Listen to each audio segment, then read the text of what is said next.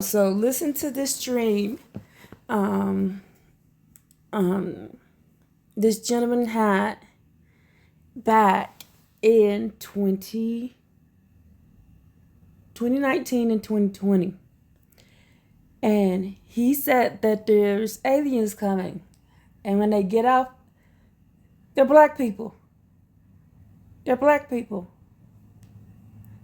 They get out and they're whooping everybody's ass. Get everyone out. Close the borders. The storm is coming. So I started trying to get people up. Get them up, get them out. You've got to get out. There's a storm coming. There's a storm coming. And as I'm walking along the beach, there was kind of this, it was like a band shell. I don't know if you've ever seen those where they'll have them in parks or places where you can have a band set up and it's somewhat sheltered, but it's mostly open. There was people huddled in this little band shell. And I started telling them, come on, you got to get out of there. That's not safe. You've got to get out. And as I continued trying to get people out, there was like this announcement, like it was almost as if there was a PA system, a public address system on the beach that said, this warhead of a storm is coming. So I had that dream in 2019. And the orders that the guys gave me, I think are significant. And I think they tell me the time when the storm is coming. Get everyone out, close the borders. So this is something that we're seeing now, and since Trump has been in office, the borders have been closed, and there is this massive effort to deport those who are illegally in the country. Get everyone out. The storm is coming. So I think those instructions telling me the period of time when the storm is coming, and we are in that period of time. And I told you, this year began the tribulation. We're in the tribulation as we speak. We're seeing it. We're in it. We're witnessing it. It's happening.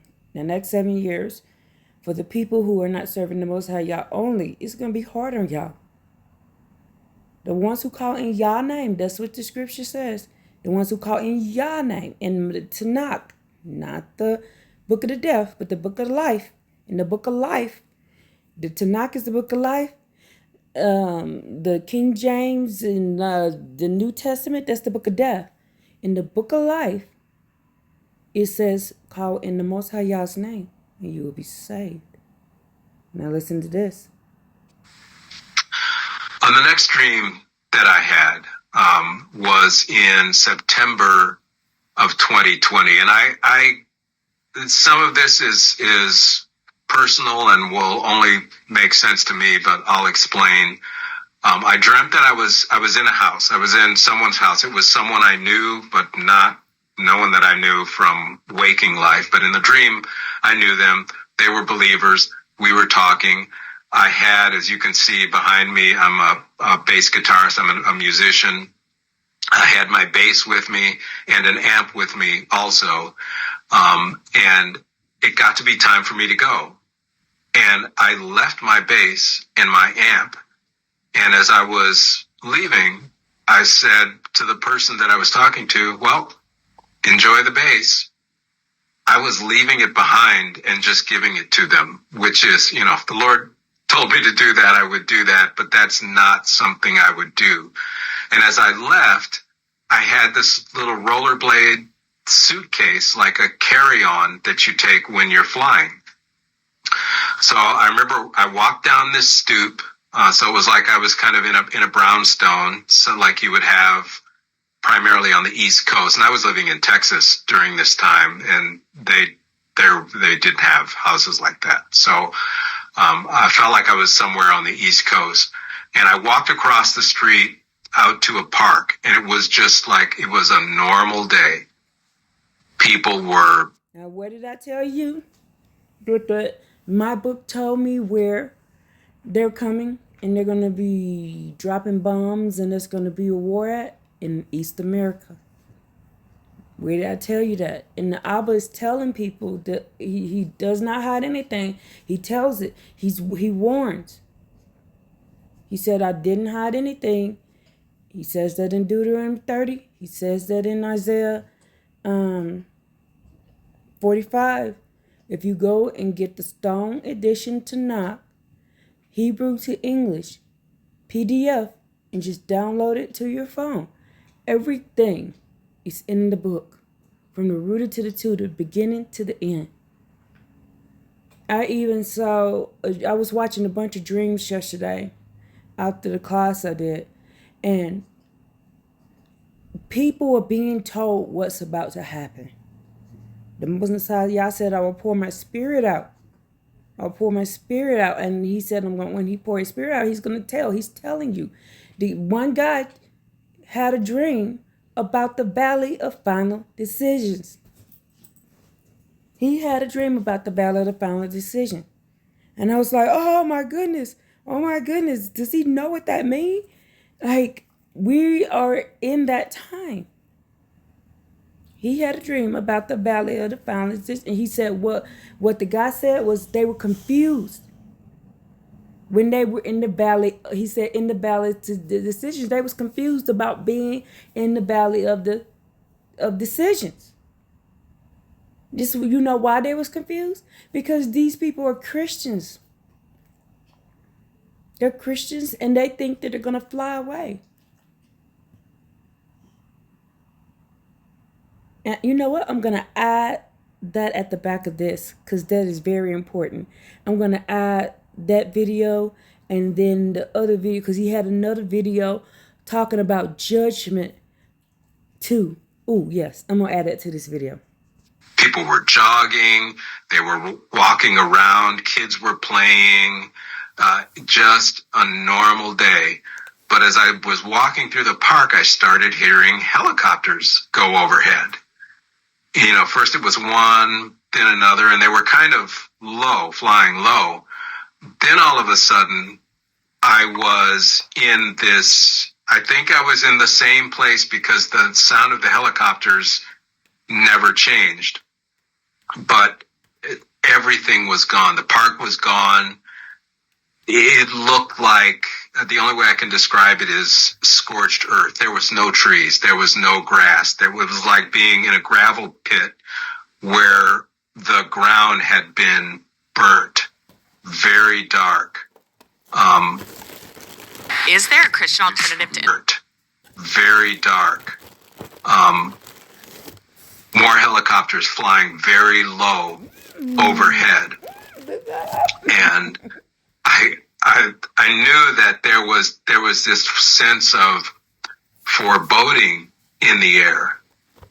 And I started seeing these in the dream. I looked in the horizon and I saw a biplane, you know, those planes that had two wings, and it was flying straight up with lights flashing on it, and it was being chased by a spacecraft. And in the dream, even though it was a biplane, I knew that it was an alien. It was alien. It was not. It wasn't a human craft. In the dream, it was an alien spacecraft. And then there was more spacecraft that were they looked like fat torpedoes, almost cartoonish. They were chrome and they had accents of blue and red on them, and they were flying back and forth, and they were like there was a war in the sky, and I knew inside me that this was a war in the sky, a war in the heavens. And there was I had somebody with me, and I don't know who it was, but there was this trailer set up in the middle of this place that used to be a park that was now just desolate. And I'm like, we got to go ask the commander if we should take cover. And so for some reason, it was like I was in the military. So I went to the trailer, and sitting in the back of the trailer, the commander. Who's the commander? Who gave commandments? Yah. Yah is what? The master of war. Was there, and I said, hey, it's getting pretty rough out here. Should we take cover? And he just said, no. He didn't seem concerned at all. So I go back out, and there's battles going on, and the craft is shooting at another one. They start coming down, like crashing down and everywhere. And I'm thinking to myself, literally thinking, okay, this one, at one point, one came right, it was coming right towards us. And I'm like, okay, this is it, Lord. I'm coming. This is going to hit me. But somehow it didn't hit me. So anyway, some of these crafts started landing. They looked like these massive gray futuristic helicopters, almost like something from Clone Wars or something. And I don't know whose side they're on. I couldn't tell. I know that there was two sides fighting against each other, but I couldn't tell who these were. And these soldiers started getting out like they were going to secure the area. And they had military outfits, but it was short sleeves, and they looked like bodybuilders. I mean, they were jacked. And they were African American or African or whatever. They had these red berets, and they had their guns ready. And again, I'm positive they're going to see me and I'm dead. They're going to kill me. And I said, well, Lord, this is it. And I got ready to be gunned down and go be with the Lord. But they saw me, but they ignored me. So this dream was in 2020. So he's not the only one that talking about ships coming with so-called African Americans getting off the ships. He's not the first one to say this. He's not the first one. So now let's go to the next dream. Right now. So I have all the dreams. You guys can download all these dreams from this video. But I have a calendar here. And we're going to talk just a brief overview. This is September. So his September assembly, his September solemn assembly is this month, and it begins now. And the theme for September in his September assembly is the gathering of the remnant, the saints, to enter into a prayer, a gathering. And in my September video overview, which we're going to look at here in a minute, that video to me... Y'all had us do that. Y'all had us do that. Y'all had us do the solemn assembly. When did we do it? Right before September of this year, 2025. Y'all had us do this. Y'all had our group, the Y'all Owners. We did this. We did this, and we cried out and we supplicated. We cried out and we supplicated to the Most High Yah. There you go, Bishop. Go get it down there.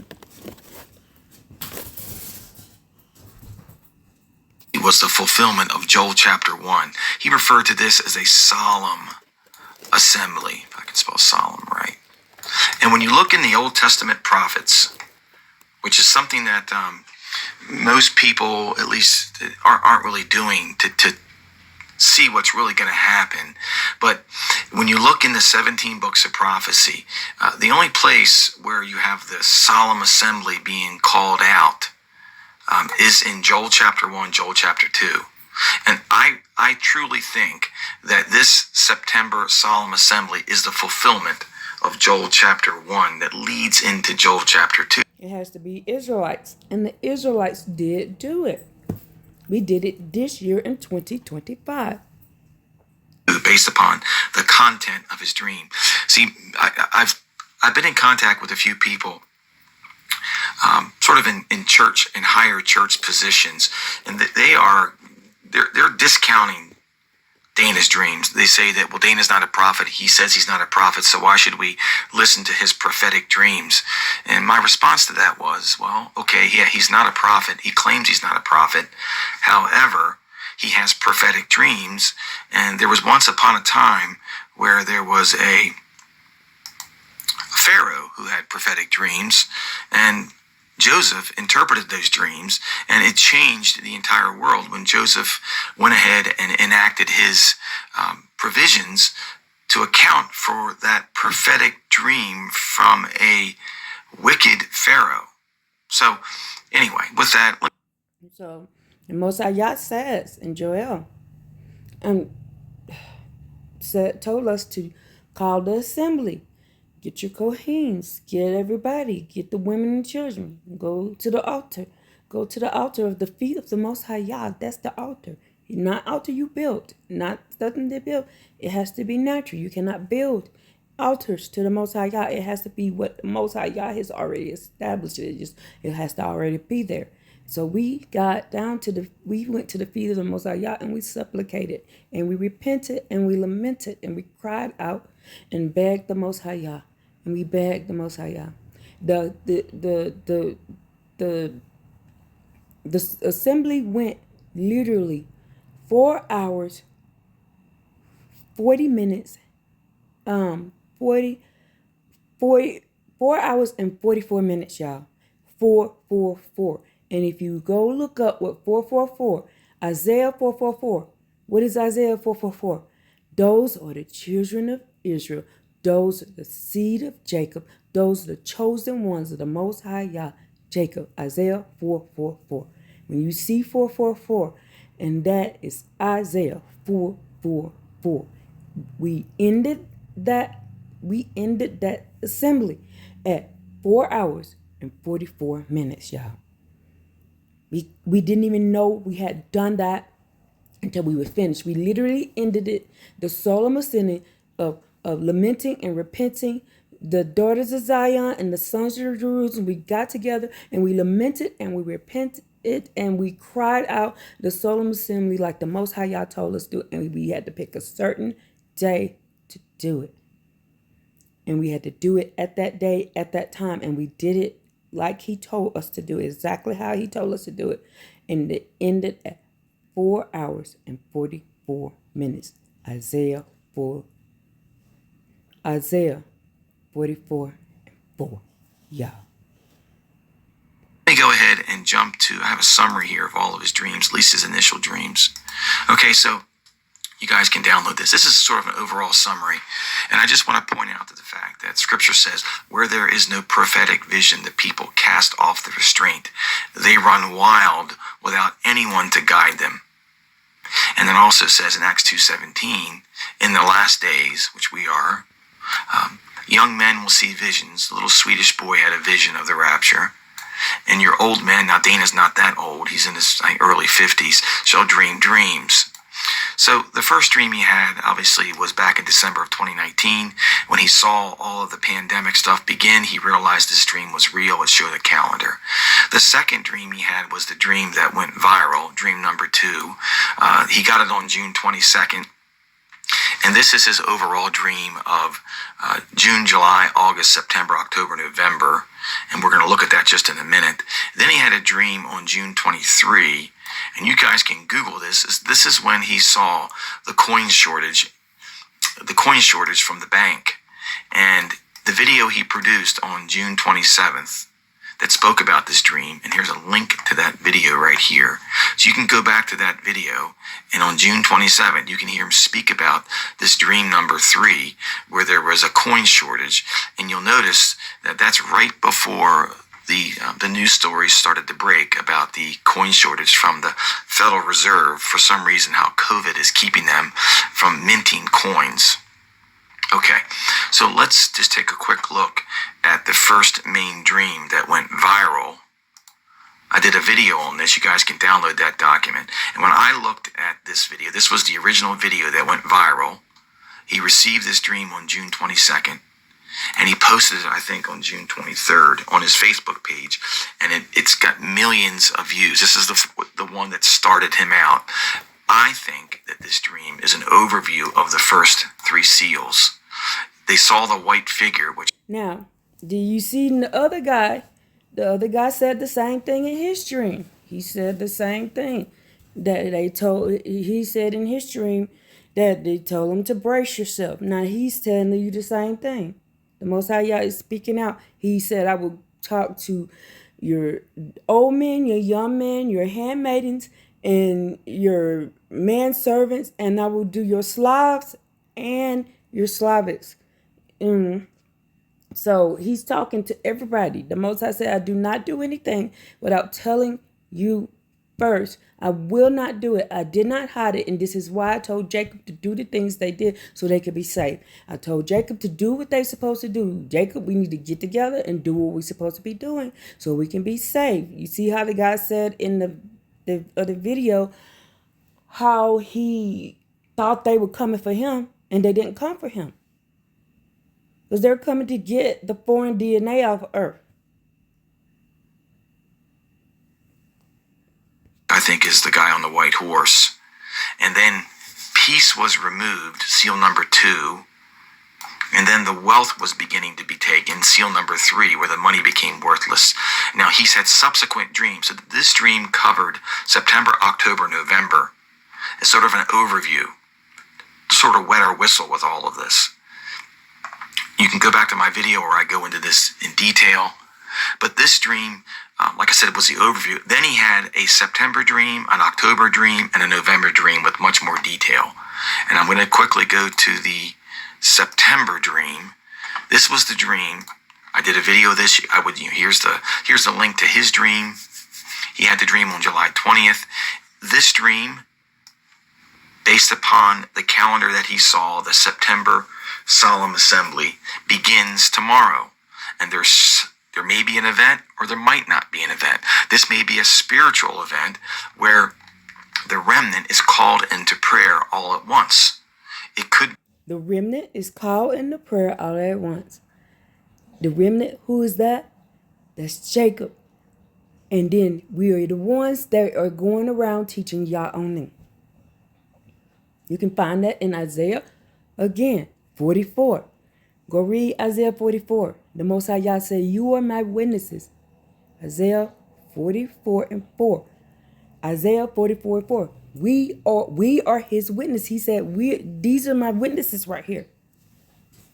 I told you. Y'all, if you knew what I know, If you knew what I know. Be that this evening, the Holy Spirit could contact, millions of Christians across the world, or in this country, and call us to prayer, just like his dream said. Now, you guys I have an interpretation of this dream. You can go back to my other video, and I would suggest watching the September assembly here. I go into detail about the contents of this dream. But what I saw was that he had to call others to prayer. And this is, to me, I saw that this was the fulfillment of Joel chapter 1, where there is call a solemn assembly. If you look for, like I said, if you search solemn assembly in the 17 books of prophecy, it's only seen in Joel chapter 1 and 2, and I think in Isaiah. But the one in Isaiah, the Lord's saying he's complaining about these wicked solemn assemblies that Israel has recently had. And we did both. We did both of these assemblies. We actually did 3. We did the assembly we did the solemn assembly at the altar. We did the assembly about the law, and then we did the other assembly that the Most High Yah said, the one in Isaiah. We did all 3. We did on 3 different days. But this is an actual solemn assembly, an event that has not been fulfilled, in my opinion. And you can read here. Here's Joel chapter 1. And right here, consecrate a fast. Now, Gwendolyn Song has called for a fast for this same exact time. Call a solemn assembly. Gather the elders. I have a feeling that this gathering of the elders is in the spirit realm. because in this We dream, did it here. Pastor Dana saw the remnant, I would say the remnant bride, on their knees praying all together, and it increased throughout the month, as if maybe in the natural realm there started to be cataclysmic events that brought people to their knees, and there was fire. And then Mr. Real Talk and Melissa Israel and her sister, they got together and they did the other thing that the Most High Yah said to do, to go lay that cornerstone in Egypt. They went and did it. Y'all, the Most High Yah called the elders. Who was the elders? I told you. It's the 7 people that I told y'all about, that we have been hanging together. That we are the 7. We are the elders. We are the elders. And he have us doing different things. The Most High Yah had me go up to the, and I'm not even gonna tell you where it is, but I went to the city of David. I went to the city of David, and I stood there and I prayed for the people to get off of our land and for them to release our land back to us, the city of David. I know where it is. I went there. And I went and I prayed and I asked the Most High Yah to have them release it. And I had the other elders, I put them on live when I went there and I prayed. And they was like, oh, it's beautiful. They didn't realize what I was doing. And I went up there and I asked for the release of our land. Y'all, these people don't know what's going on. They don't know. Let me get the other video.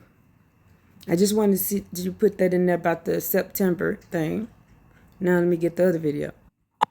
On the ground, but it was dirty and gray, like almost like ash. Okay, that's nuclear fallout.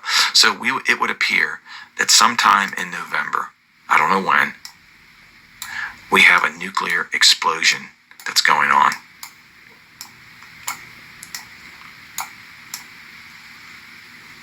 This is my poor man's drawing of a mushroom cloud. Looks like a tree. Nuke have gone off and raining down on the United States, or a certain part of the country. We have ash. This is huge. There were people huddled everywhere, shivering, individuals laying on cots, suitcases all over the place, desperate looks on people's faces. There were encouragers in the crowd. That would be the Christians, all wearing crosses. They stood out, and they stood out emotionally from everyone else. So they had smiles on their face. They had hope, that's what he said. They were checking on the people and trying to show kindness and patience. But they were at times met with anger and told to go away. But these Christian encouragers just kept doing what they were doing in spite of the manifest anger of several people had for them. Some of the businesses were shuttered in the big cities, and I saw gas stations that looked as if they had been, that the people had just walked away. I saw headlines that read "Shock and Awe" in the United States, as well as one read "The UN steps in to host the nation." And with that, the Chinese and the Russians show up to provide aid. And then the white figure shows up and says, "Remain braced as this calm comes before a gathering storm that recovery will have a hard time in finding." That gathering storm, I think, is the 6th seal that's going to come in the spring. So guys, this is a hard one to ingest here for this country. We cease to be a nation by this point, it appears, by November of 2020. And let me show you something I haven't reviewed. I'm going to look for this, guys. I really want to go over this to show how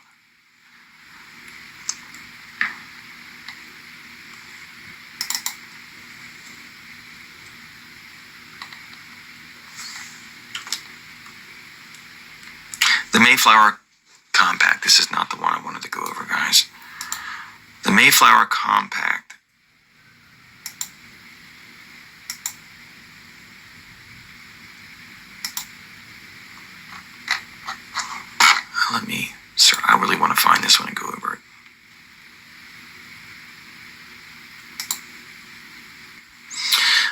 guys can follow me on this. So the Bible is just full of surprises when it comes to prophecy. Okay, so the Christian So he's basically going to say that the 400 years that Abraham was told about in the beginning, about our slavery, he's going to replace us with the Christians. He's going to say that I believe that's the Christians. I believe that's the Christians. We're the seed of Abraham. No, you're not. Seed of Abraham is literally his offspring. Puritans signed a compact on November 11th, 1620. It was Heshvan 15, as a promise to bring glory to God and advancement of the Christian faith, as a promise to plant a colony in the foreign land of America. Notice the purpose was not to advance the Christian religion, but to advance the To plant a colony in America. Didn't the Most High Yah say in Deuteronomy 28 in my book that they're going to come over to your land and they're going to have you worshiping wood and stone?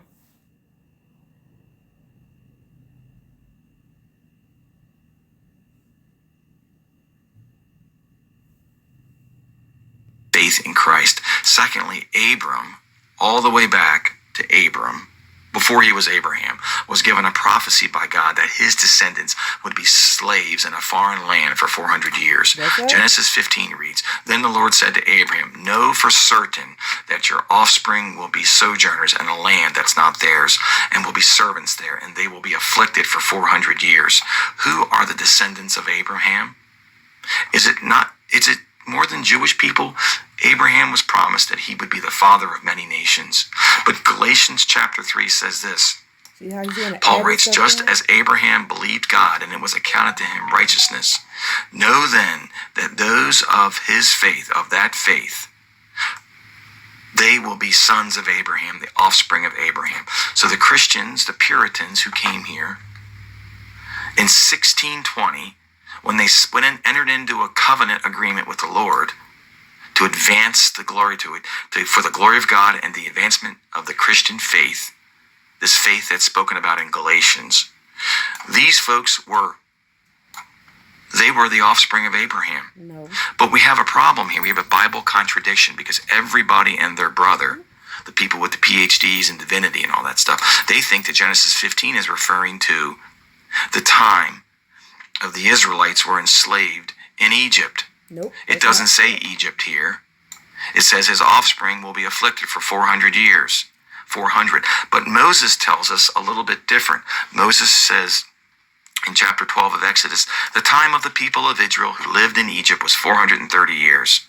At the end of the 430 years, to the very day, all the hosts of the Lord went out from the land of Egypt. So do we have a Bible contradiction?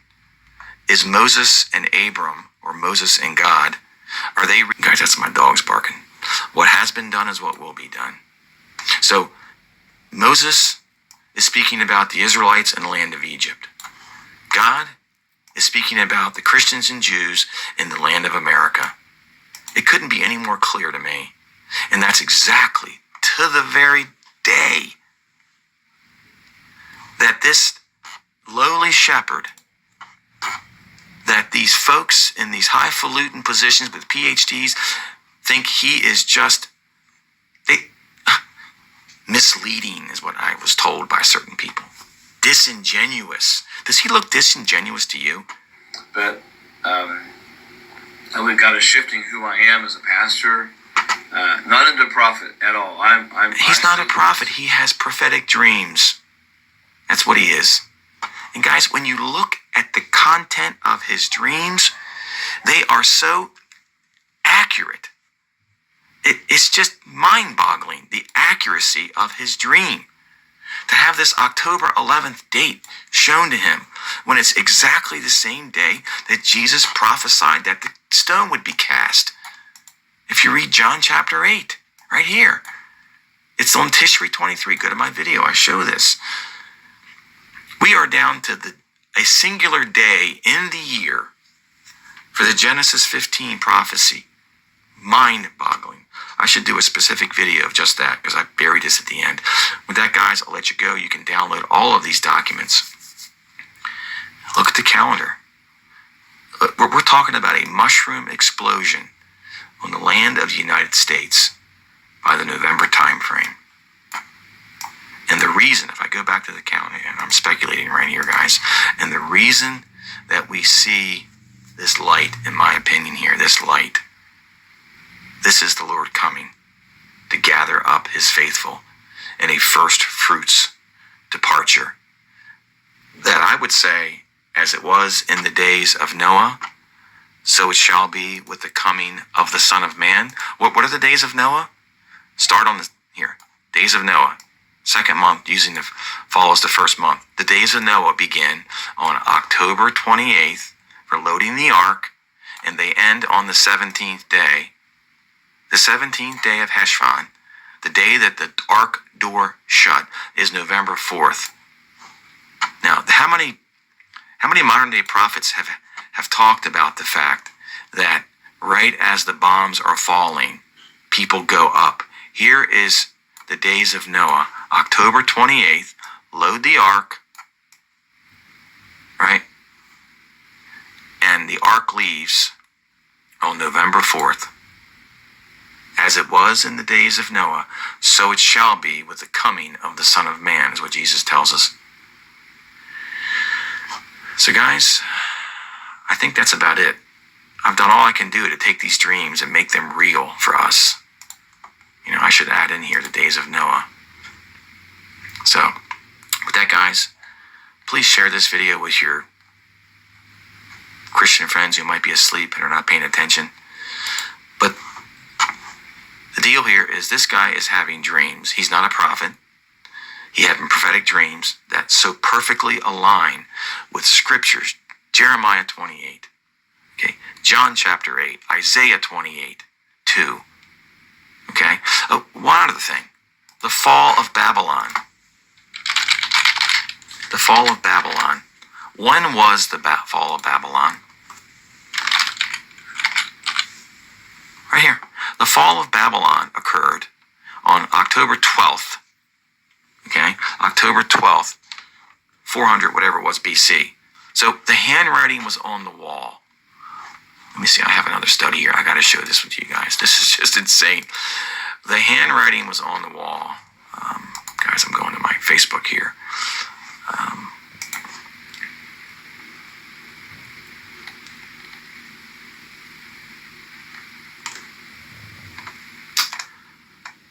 Where is it, guys? I'm looking for a post I had. Here. If you guys can zoom in and see this. Right here. What do these two scriptures have in common? The day that Jesus proclaimed that he who is without sin shall cast the first stone at the harlot. That occurred on Tishri 23. What did Jesus do on Tishri 23? In John chapter 8. He bent down and with his finger he wrote in the ground. Okay? So the Lord himself used his finger to write something. What happened? What happened the day that Babylon was destroyed? There was another set of fingers, a hand. Daniel 5:5. Immediately the fingers of a human, that would be Jesus, pre-incarnate, nope, that's his hand, appeared and wrote on the plaster of the wall, the king's palace opposite the lampstand. And the king saw this, and his knees knocked and he freaked out. So the hand of the Lord wrote on Tishri 23, okay, 2830 AD. The hand of the Lord wrote on October 12th, actually the evening before, October 11th, this hand wrote. So we have an instance in the Bible where the Lord's hand wrote on Tishri 23, October 11th this year. And that same hand, from a historical perspective, the fall of Babylon was on October 12th. So the same hand wrote in Daniel 5 on October 11th, that evening, is the same hand that wrote in John. Nope. Look at that. That's incredible to believe that. Nope. So we have proof here that this Babylonian kingdom, this Tishri 23, from a historical perspective, right here, October 11th, that hand wrote So we have Daniel 5:5, John chapter 8, and Isaiah 22, all occurring on the same day. With that, guys, I'll let you go. Oh, let me go back. And how do we know this? Because Dana, what did he see? The first thing I saw was that rock. So guys, at this point, and I've gone on here a little bit too long, right now, here we are. We need to be on our knees in solemn prayer, and we need to gather. So, this is the one about judgment for spilling blood in the land, the true land of Israel. He doesn't understand what he's looking at. He does not understand what he's looking at. So, let's let him tell you the dream. I'm going to go ahead and share it. I'll stop a few times to make a couple comments about what I was seeing, and then let Sheree do the interpretation. I dreamt that I was standing in an open field and looking west broad daylight in the sun in high noon. Looking west. In Joshua, where the Most High Yah said that the land of Israel was. The going down of the sun.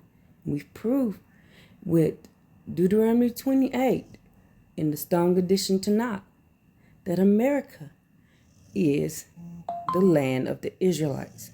Okay? Okay? So, we proved this. Now listen to what the Most High Yah shows him about the vengeance that's coming for what they did to us on this land.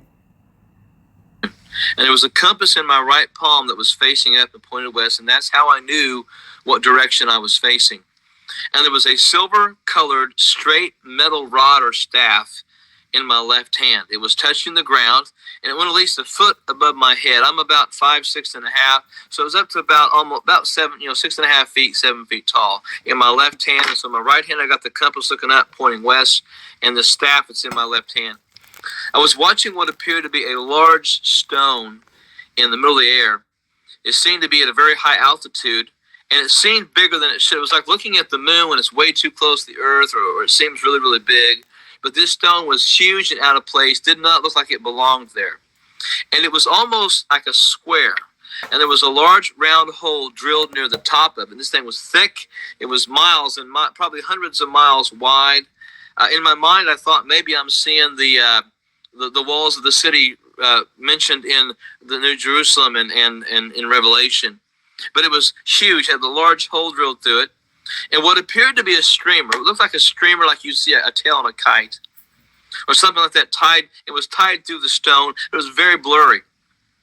I began walking west through a very, very vast, empty field that seemed as if a combine had just gone through. So everything had been harvested. I was seeing I'm a Hoosier, I'm from Indiana.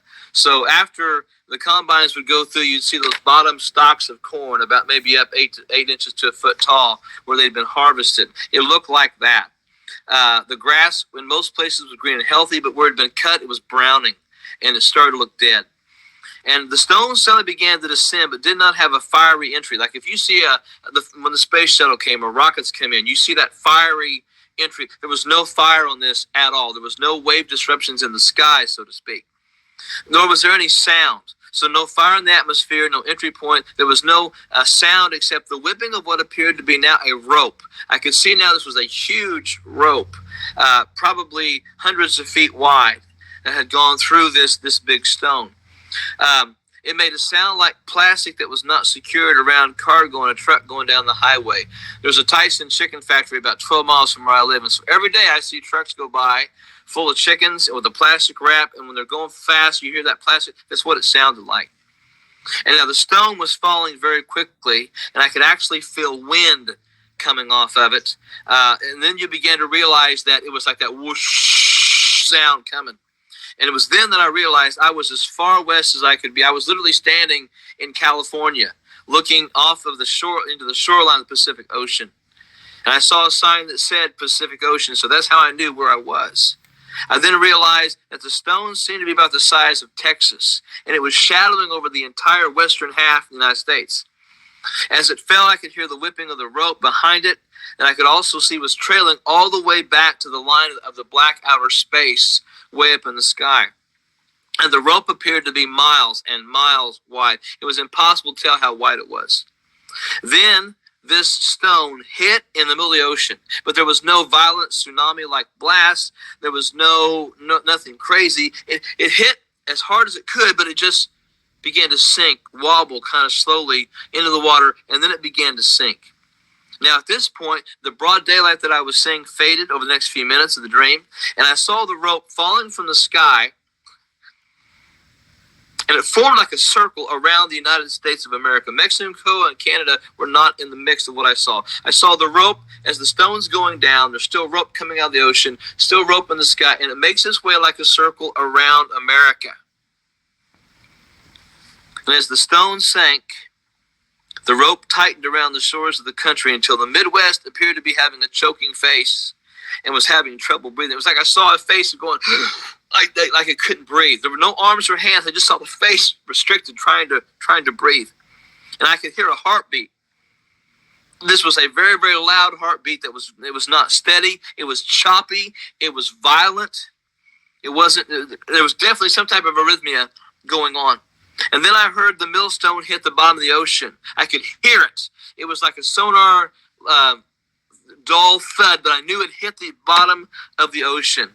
And at that point, the Midwest took a deep breath. That face that I saw took a deep breath as the noose around the nation loosened slightly. There was a smile and a look of relief on that face in the Midwest. Then I saw the man's face that I see so often. It was superimposed over. It suddenly went from just a face of someone, just a face that was having trouble breathing, to the face of the man. He took a deep breath and then he spoke these words. This is for the slaughter of and the hands that shed innocent blood. I then saw the stone sitting. Most High Yah does not play about innocent blood. And the Most High Yah is going to keep his covenant with us, the children of Israel, that he will avenge us. That is in 1 Enoch chapter 62. He's going to avenge us. You don't get to hurt people and not get recompense. On the ocean floor, and I saw this hand, this big, huge hand that rushed down through the water, grabbed that stone, which I'm going to call a millstone, and it pushed that rock through the mantle violently. That rope tightened real quickly around the nation's throat.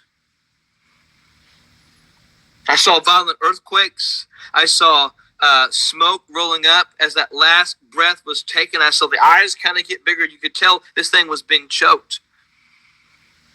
But what got my attention was the speed in which the nation seemed to die. I watched it. This violent hand pushes that rock through the mantle, and it just like a zip line, just real quick, and that was it. Then I saw a white horse, and a rider on it dressed in gleaming white, and it was the man. He pointed with his right hand to the destruction, and he said, I keep my word, and I will be faithful to keep my word as it regards the blessing and the curse. Thank you. There is not much time to work, and those that know this deeply. Get busy, stay busy, and know that I am coming back very soon. Did you hear that? What blessings and curses he talking about? Most High Yah says over in Isaiah 45 that those who owned you will go into captivity. Those who own my children will go into captivity. Those who own Jacob will go into captivity. The blessings and the curses. Y'all ain't ready. Y'all ain't ready. Y'all think y'all got get out of jail free card by drinking blood and eating bodies. The Most High Yah don't play that. Horse and rider were gone in a flash, and I was standing back in that field where I started, right there in the middle of the nation. I noticed that the season had changed and the crops were now ready and the fields were absolutely ripe. But only a few people were in the field working. I was overcome with emotion and despair because I could realize there's not enough people to do what needs to be done. And then I saw large groups of people coming from every direction, north, south, east, and west. And they were coming with large bags over their shoulders and the old-fashioned sickles like my grandpa used to use to take wheat out of the field. And I saw the shadows begin to shade the fields, but the sun was still up, but it was obviously going down. And the workers were now running at full speed with those bags over their shoulders and those sickles, those skis in their hands. They were running full speed. At this point, I woke up. But then a few nights later, I had a flash dream. That's what I'm just going to call it, a flash dream. And the man stood before me and stated very quickly, and this is what got me ready for the from the perch yesterday, which I shared. The man said, "It's too late to start." And he emphasized start. He said, "It's too late to start bracing. And the braced are about to be tested harshly. So lock in place." He emphasized start bracing, start, and then he emphasized lock in place. So I believe that God's trying to get us ready for those suddenly moments that are coming, folks. Well, what's going on is now people are trying to repent. Now that they see what America has done to the so-called black people, now they're trying. But a lot of people were involved in subjugating the true children of Israel, and there are still people who are out there who are still involved in doing this. And the Most High Yah was like, it's too late. He's had enough. He's seen what we've been doing to his children, and he sees what's in your heart. Remember, he is Elohim who knows your heart. He sees what's in your heart. He knows how you hate his chosen ones and his children. He knows it. And he is tired of watching this. And he's going to do something about it. This is why he's telling you this. But the Most High Yah said, I will not do anything without telling the prophets first. I will not do anything without telling you first. I will not hide it. I put it all out there for you. Deuteronomy 30. And Isaiah 45. He doesn't hide it. He tells you. So don't be shocked when these things happen. They come.